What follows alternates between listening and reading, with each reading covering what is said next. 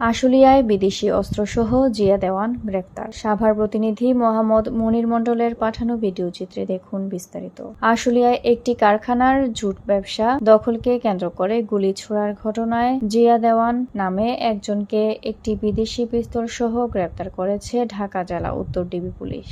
রবিবার ২০ এপ্রিল সকাল 10:30টার দিকে গ্রেফতারের বিষয়টি নিশ্চিত করেছেন ঢাকা জেলা অতিরিক্ত পুলিশ সুপার মোহাম্মদ শাহিনুর কবির। এর আগে গাজীপুর মেট্রোপলিটন সদর থানা ও পুবাইল এলাকায় অভিযান চালিয়ে তাকে গ্রেপ্তার করা হয়েছে।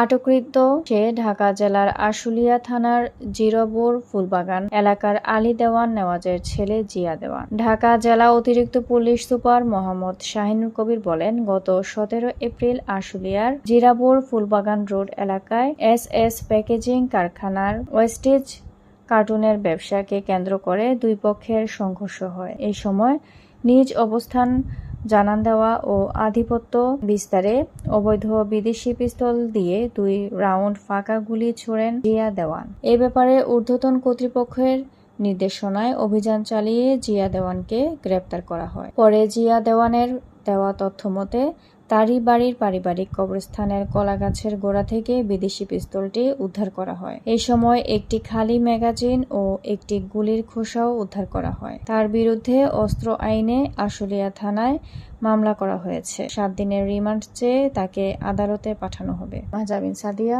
News desk, daily news Bangla 24।